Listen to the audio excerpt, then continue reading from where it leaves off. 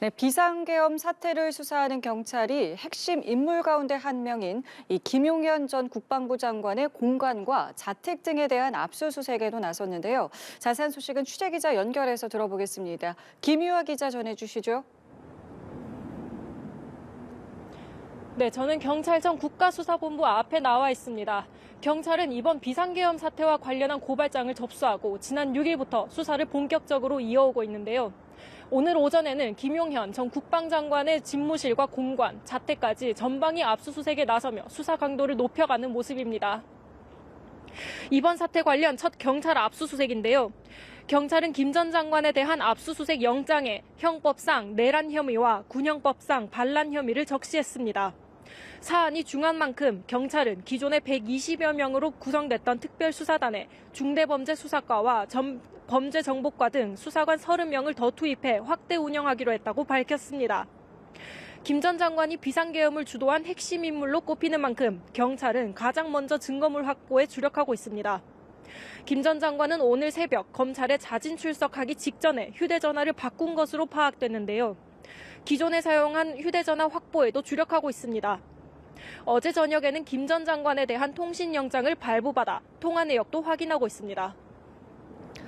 다만 검찰의 합동수사 제안에 대해서는 거절을 했다고 하는데 이 내용도 전해주시죠. 네, 그렇습니다. 경찰은 지난 6일 검찰로부터 수사 효율성 차원에서 합동수사를 제안받았다고 밝혔는데요. 다만 내란죄는 경찰의 수사 관할인데다 수사의 신뢰성, 공정성 등을 종합적으로 고려해 거절했다고 밝혔습니다. 이런 가운데 경찰은 비상계엄이 선포됐던 지난 3일 밤 국회의사당에 배치된 경비대 등이 출입을 통제한 경위도 들여다보고 있습니다. 당시 일부 국회의원이나 관계자가 신원이 확인되지 않았다는 이유 등으로 국회 출입을 제지당하면서 위법 논란이 제기됐기 때문인데요. 경찰은 어제 비상계엄 선포 당시 현장에 투입됐던 서울경찰청 소속 경찰관들의 무전 기록을 모두 확보했습니다. 그리고 국회 출입 통제 지시가 언제, 어디서 내려왔는지를 중점적으로 분석하고 있습니다. 조지호 경찰청장과 김봉식 서울경찰청장은 경찰의 국회 출입 통제와 관련해 당시 소통한 것으로 알려졌는데요. 일단 국수본은 엊그제 조 청장과 김 서울청장, 목현태 국회 경비대장 등 3명의 휴대전화를 임의 제출 형식으로 압수해 분석 중입니다.